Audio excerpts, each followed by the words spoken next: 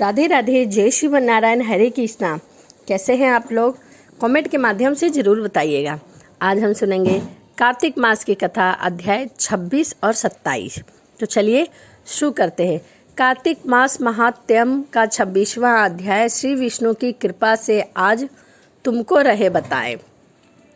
नारद जी बोले, इस प्रकार विष्णु पार्षद के वचन सुनकर धर्मदत्त ने कहा, प्राय आप सभी मनुष्य भक्तों का कष्ट दूर करने वाले श्री विष्णु की यज्ञ, दान, व्रत और तीर्थ सेवा तथा तपस्याओं के द्वारा विधि पूर्वक आराधना करते हैं।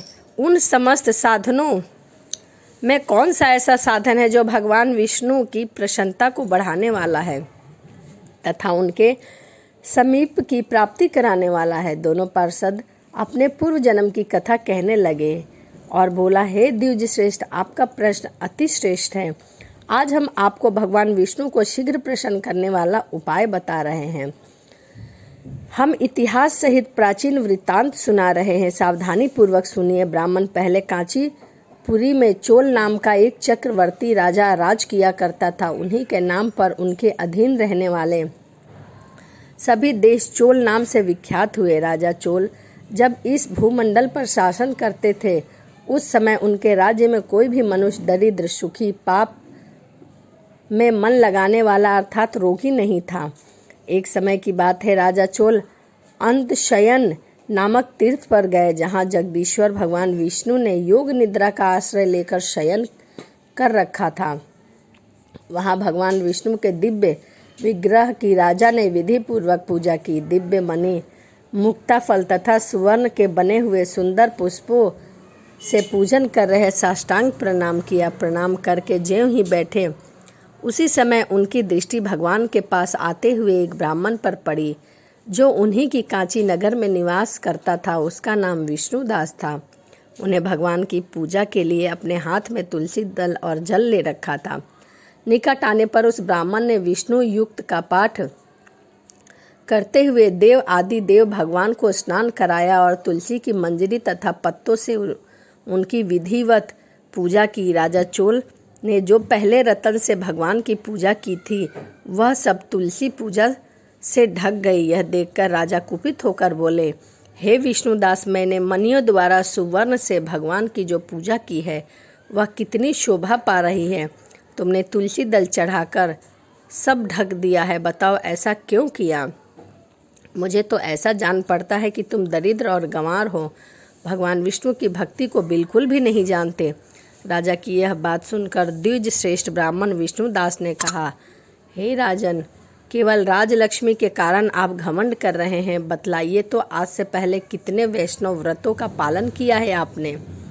तब राजा ने कहा, नृप श्रेष्ठ चोल के हंसते हुए कहा, तुम तो दरिद्र और निर्धन हो, तुम्हारी भगवान विष्णु से भक्ति ही कितनी है। तुमने भगवान विष्णु को संतुष्ट करने वाला कोई भी यज्ञ और दान आदि नहीं किया है, न पहले कभी कोई देव मंदिर बनवाया है। इतने पर भी तुम्हें अपनी भक्ति पर इतना गर्व है। अच्छा, तो ये सब ब्राह्मण मेरी बात सुन ले। भगवान विष्णु के दर्शन पहले मैं करता हूँ, या यह ब्राह्मण इस बात पर सब लोग देखे, फिर हम दोनों में से किसकी भक्ति कैसी थी, यह सब लोग स्वयं ही जान लेंगे। ऐसा कहकर राजा अपने राजभवन को चले गए।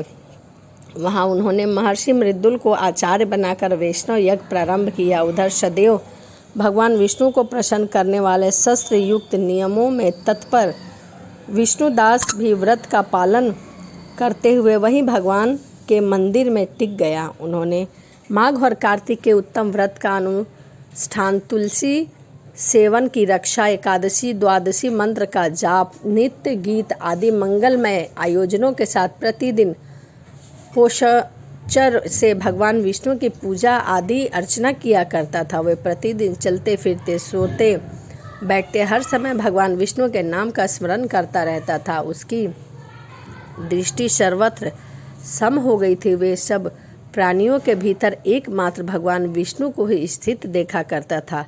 इस प्रकार राजा चोल और विष्णुदास दोनों ही भगवान लक्ष्मीपति की आराधना में संलग्न थे। दोनों ही अपने अपने व्रत में स्थित रहते थे और दोनों ही संपूर्ण इंद्रियां, समस्त कर्म भगवान विष्णु को समर्पित कर चुके थे।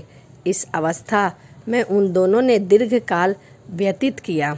यह है कार्तिक मास की कथा अध्याय 26। आइए अब हम जानते हैं कार्तिक मास की कथा अध्याय 27। कृष्ण नाम का आसरा कृष्ण नाम का ध्यान, कृष्ण नाम का आसरा कृष्ण नाम का ध्यान। 27वां अध्याय अब लिखने लगा महान। पार्षदों ने कहा, एक दिन की बात है, विष्णुदास ने नित्य क्रम करने के पश्चात भोजन तैयार किया, किंतु कोई छिपकर उसे चुरा ले गया। विष्णुदास ने देखा भोजन नहीं है, परंतु उन्होंने दोबारा भोजन नहीं बनाया, क्योंकि ऐसा करने पर सायंकाल की पूजा के लिए उन्हें अवकाश नहीं मिलता। अतः प्रतिदिन के नियमों का भंग हो जाने का भय था। दूसरे दिन पुनः उसी समय उन्होंने भोजन बनाया। ज्यों ही भोजन बनाया, भगवान विष्णु को भोग अर्पण करने के लिए गए, त्यों ही किसी ने आकर फिर दोबारा उनका भोजन चुरा लिया, उनके भोजन को हड़प लिया। इस प्रकार 7 दिनों तक लगातार ऐसा ही होता रहा। कोई न कोई उनके भोजन को आता और चुरा कर लेकर चला जाता। इससे विष्णुदास को बड़ा विषम्य हुआ। वो मन ही मन इस प्रकार विचार करने लगे, अहो, कौन है जो प्रतिदिन आकर मेरी रसोई चुरा ले जाता है? मैं प्रतिदिन भूखा ही रह जाता हूँ। यदि दोबारा रसोई बनाकर भोजन करता हूँ तो सायंकाल की पूजा छूट जाती है। यदि रसोई बनाकर तुरंत ही भोजन कर लेता तो यह उचित नहीं है। तो मुझे से यह न होगा, क्योंकि भगवान विष्णु को सब कुछ अर्पण किए बिना कोई कैसे भोजन कर सकता है? आज उपवास करते हुए मुझे पूरे 7 दिन हो गए। इस प्रकार मैं व्रत में कब तक स्थिर रह सकता हूँ? अच्छा, आज मैं रसोई भली भांति बनाकर उनकी रक्षा करूँगा। ऐसा निश्चय करके भोजन बनाने के पश्चात वे कहीं छिपकर खड़े हो गए। इतने में ही एक चांडाल दिखाई दिया, जो कि रसोई अन्न हरकर जाने के लिए तैयार खड़ा था। भूख के मारे उसका सारा शरीर दुर्बल हो गया था। उसका मुख दीनता छा रही थी। शरीर में हाड़ और चाम के सिवा कुछ भी शेष नहीं बचा था। उसे देखकर श्रेष्ठ ब्राह्मण विष्णुदास का हृदय करुणा से भर आया। उन्होंने भोजन चुराने वाले चांडाल की ओर देखकर कहा, भैया जरा ठहरो, भैया जरा ठहरो, क्यों रूखा सूखा खाते हो? यह लो घी और भर पेट खाओ। इस प्रकार कहते हुए हे विप्रिय विष्णुदास को आते देखकर व्रत चांडाल भय के मारे बड़े वेग से भागा और कुछ ही दूरी पर जाकर मूर्छित होकर गिर पड़ा।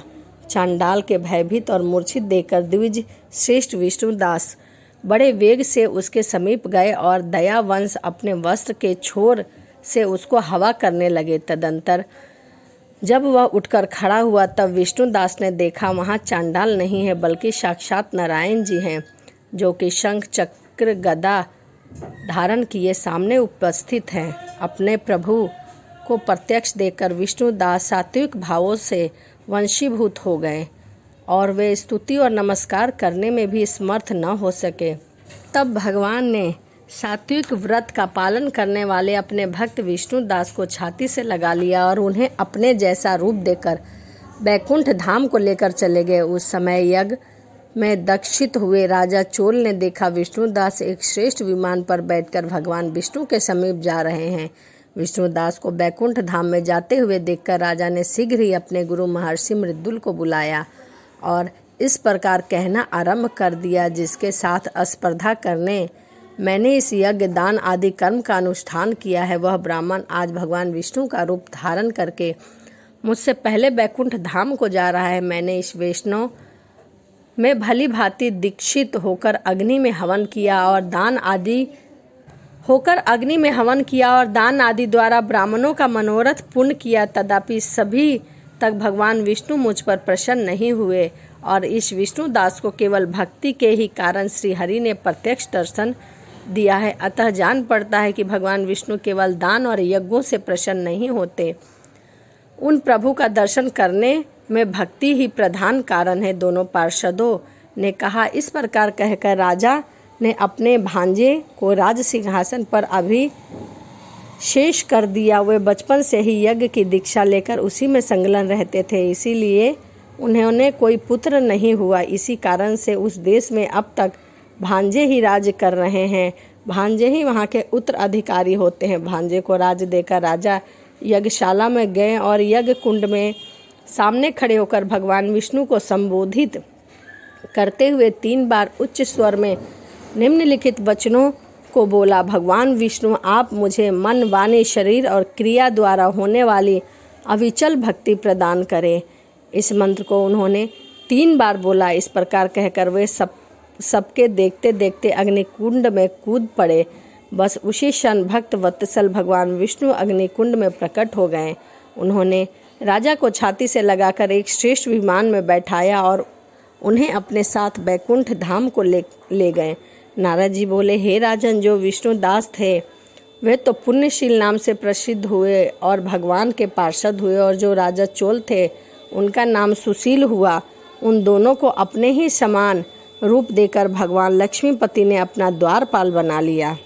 तो यह कार्तिक मास की कथा अध्याय 26 और 27 था। यदि आपने अभी तक कार्तिक मास की कथा नहीं सुनी है तो मैंने 1 से लेके 27 तक अपने चैनल पर कथा अपलोड कर दी है, आप वहां से जाकर सुन सकते हैं। और कार्तिक मास में भगवान विष्णु की कथा सुनना बहुत ही शुभ माना गया है, इसीलिए आप प्रतिदिन एक कथा को सुनिए। तो चलिए इसी के साथ वीडियो को समाप्त करते हैं और मिलते हैं अगली वीडियो में।